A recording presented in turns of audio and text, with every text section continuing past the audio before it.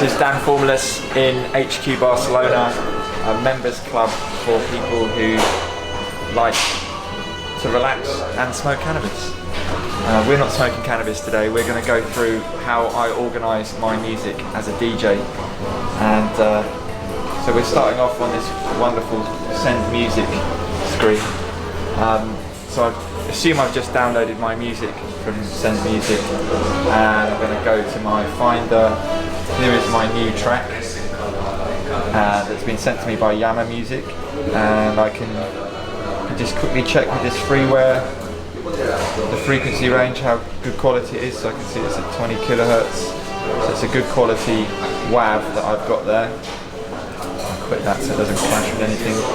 So now I will drag that to my music master folder, which is situated on an SD drive sitting flush inside the computer. So I have one folder in that drive, all my music gets dropped in it. The reason being, if this computer crashes or it's damaged or something, I can pull all my music out and go and use it in another computer.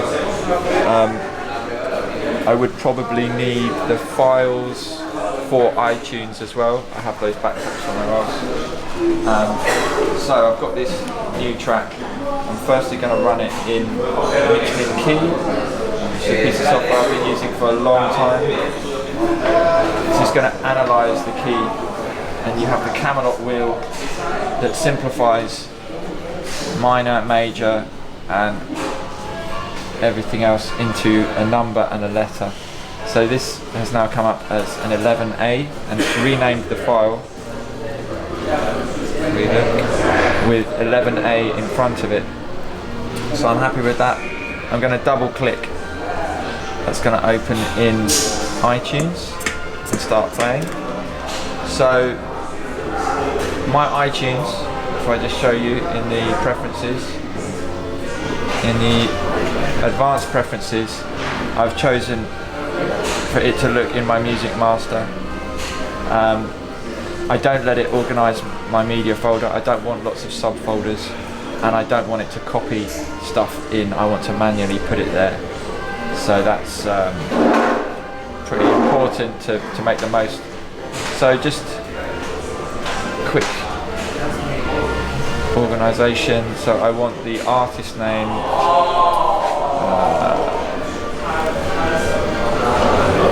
There. It's called Low Balanced, and it's on Yama Music. So I tend to put the label as the album, and then OK.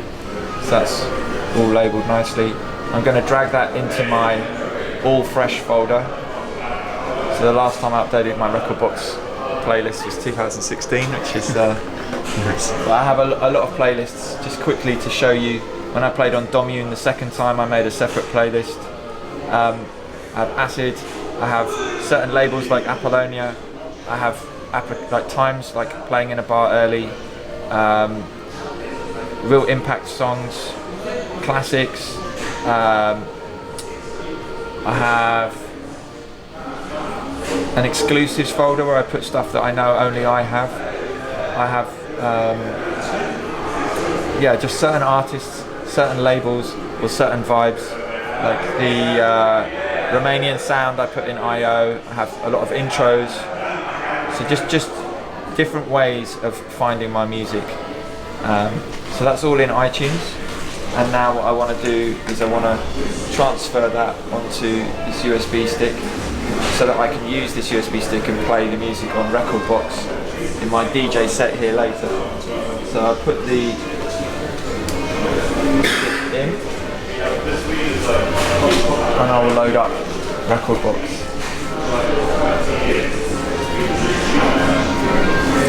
It wants me to download a new version. I'm not going to do that. So see, it's analysing two tracks.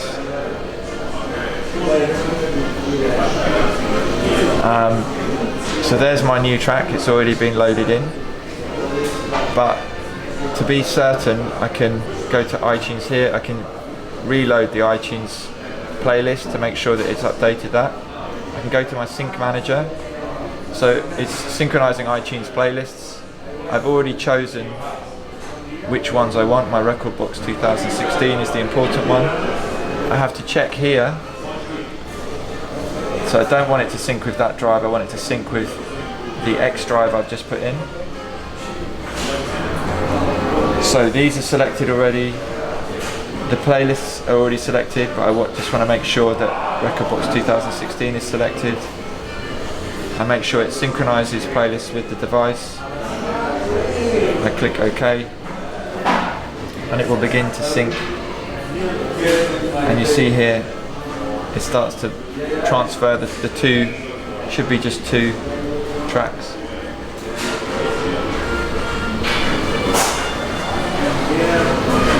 And then I can,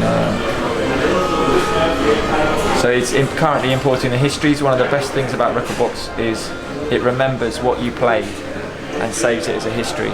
I think a lot of people don't realise that.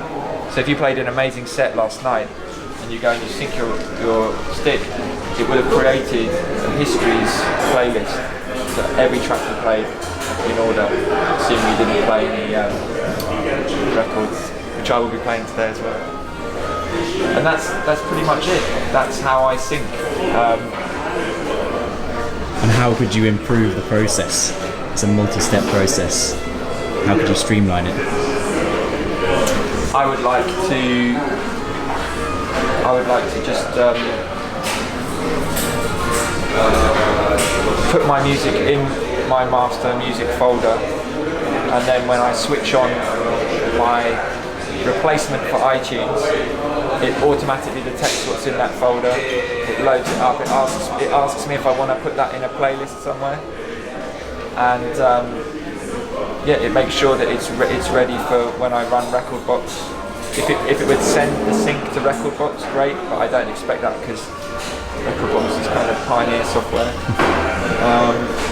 Yeah, that would be the ultimate really, for it to do that, for it to run MixedInKey, rename, the labeling, another manual thing. Usually if you're sent the music correctly, I prefer AIFF for this very reason, because it's high quality and it has the tags, the correct tags. Yeah, I mean, I think it's nice to have certain things automated, to have the confidence that it's done the sync, but there is always going to be a little bit of time and labour to make it the way you want it. But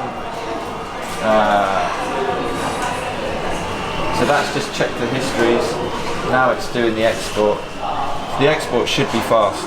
I have a very fast USB stick, a relatively fast Mac computer with no USB-C ports, and it should only be moving 2 tracks and it's on 7%. But it might just jump. I always recommend doing this the day before, leaving it running overnight, and then you come back to it in the morning and you just double check. You just do the double check. I think so many people would benefit from just that double check. So this doesn't need to be open anymore. I can close this. We're on 16%. There you go, it's going to rocket through now, probably go to the end.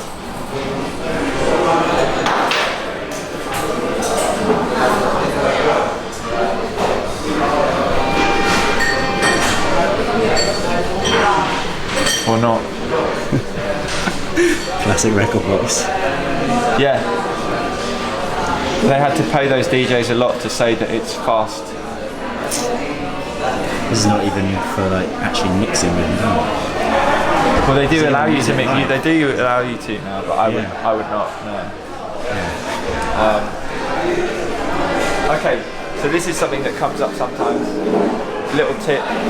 So it says it couldn't export one of the tracks, and it tells me where it's put the file. So I can go and check that file, and in my documents, rekordbox, it's made a log. So it's saying all these things that it can't put in there. That's almost always because of a folder. Right, I know what this is. I did sync a load of music. I wasn't going to use it for very long because it was for a friend. we took the drive that all the music was on out, and now it can't find that. So I could solve that by deleting it. But what I find is usually to solve that problem, whichever tracks it says are a problem, take them out and put them back in manually, and then rekordbox will tend to sort it out. But it's really important to check that, because that can sometimes be where you get caught out with a track that you're looking for and you can't find. So we just double check on our sync manager, make sure it's on, click through, it does the sync.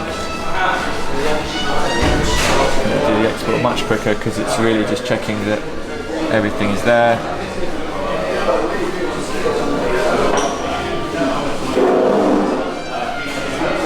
To 6%, 100%. It says that warning, and this is the final check that no one does. Go into your drive, go into your playlists, check